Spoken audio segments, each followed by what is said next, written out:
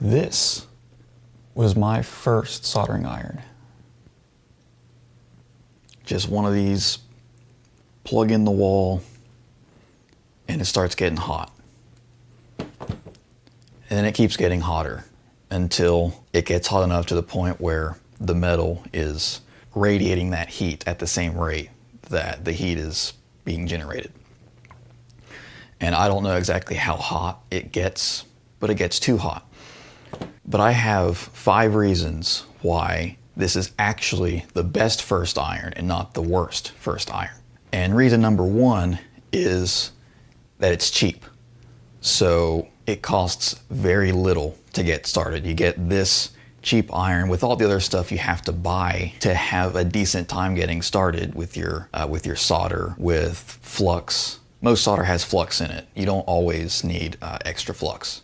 If you're a beginner though, it's a good idea to pick some up. With your helping hands, with your magnifying tools. Of all this stuff, you're oftentimes limited by your budget. So it has a low cost to get started, but also if you damage it, then it's no big deal, it was cheap. Or if you find out you don't really like soldering, no big deal, it was cheap. And as you can see on mine, it's fried. But it was a learning experience because I learned how to avoid doing that to my soldering tips and how to work with it when it does happen, which really improved my technique overall. So the second reason is it teaches you to work quickly. Because when you have an iron that's so hot, you run a real risk of overheating your joints. All the flux burns off more quickly, the solder oxidizes more quickly. Overall, you get a lot less leeway. So learning this way, you do end up, or you could possibly end up breaking a lot more stuff. But you are learning with more aggressive feedback. You're learning how to heat the part you're working on, how to add the solder while you heat it, and then how to make sure you get the whole joint wet with solder in little enough time that when you pull away the iron, you're not going to come away with an awful oxidized joint. And number 3 is a result of number 2, and it teaches you good technique. So you can see on this iron that there's one spot where that tip still works. And in general, on a soldering iron, you'll have one spot that works. And well, that might not be the case for a cone tip. But right there on the tip is where you want to do your work. Or on a chisel tip, you have 2 edges where you can do your work. So in that sense, having an iron that has become a piece of junk from misuse can teach you the valuable skill of finding the hot spot, the hottest spot on the iron, the spot that best transfers the heat to your workpiece. So it'll teach you how to hold the iron, how to position the iron, and over time, it'll lead to number 4. But before I get into that, if this video is helping you at all, go ahead and leave a like so then YouTube knows that, hey, this video is helpful.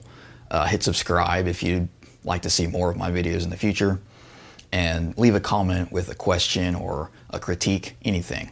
So number 4 is iron care. Having a cheap iron is going to teach you how to be ruthless with iron care, because when you start, you're not going to be. And as you can tell from this iron that I showed you, I wasn't. But you learn that keeping the iron tinned is going to help this tip last longer. Keeping it cleaned off after soldering is going to help it last longer, help keep it cleaner. And I like to use brass wool. Some people like a wet sponge. I personally don't use a wet sponge, but there are benefits to both, and the brass wool does everything I need it to do to keep my iron clean. And this part, it kind of falls under the cheap price a little bit, but it's kind of shared between the cheap price and the iron care. And that's when your iron does become all crusty like this, you can, well, for one, you can buy new tips, which don't cost very much. But 2 is because they don't cost very much, you also don't care very much about them, and you can sand them down and get fresh copper that you can solder with. Now the downside to that is it oxidizes much faster and the tip will deteriorate much faster as a whole. But it is something that you can do and not worry a whole lot about in a pinch. That's why my iron looks so bad. It's because I've done that with it. I've even cut off heavy gauge copper wire and sanded the tip into a point shape so I could get into tighter spaces and have a fresher tip.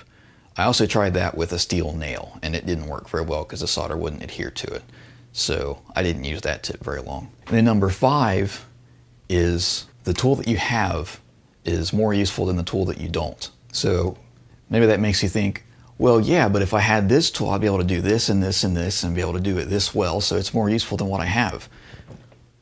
Well, do you have access to it? Can you use it? Can you get use out of it? The tool that you have right now is more useful than the tool that you don't, because at least you can use the tool that you have. So if you have a cheap iron, you don't have to upgrade to get started. If you have a tight budget, you don't have to keep saving just to get started. You can get started with something cheap.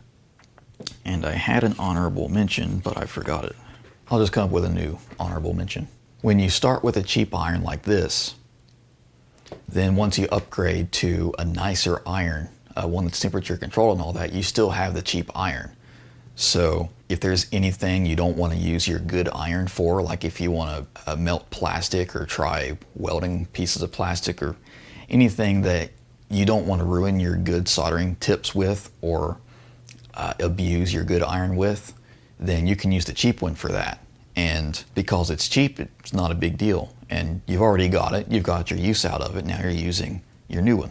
So if these tips are useful to you, consider hitting the subscribe button, hit the like button, hit the bell so you know when new videos come out, and leave a comment.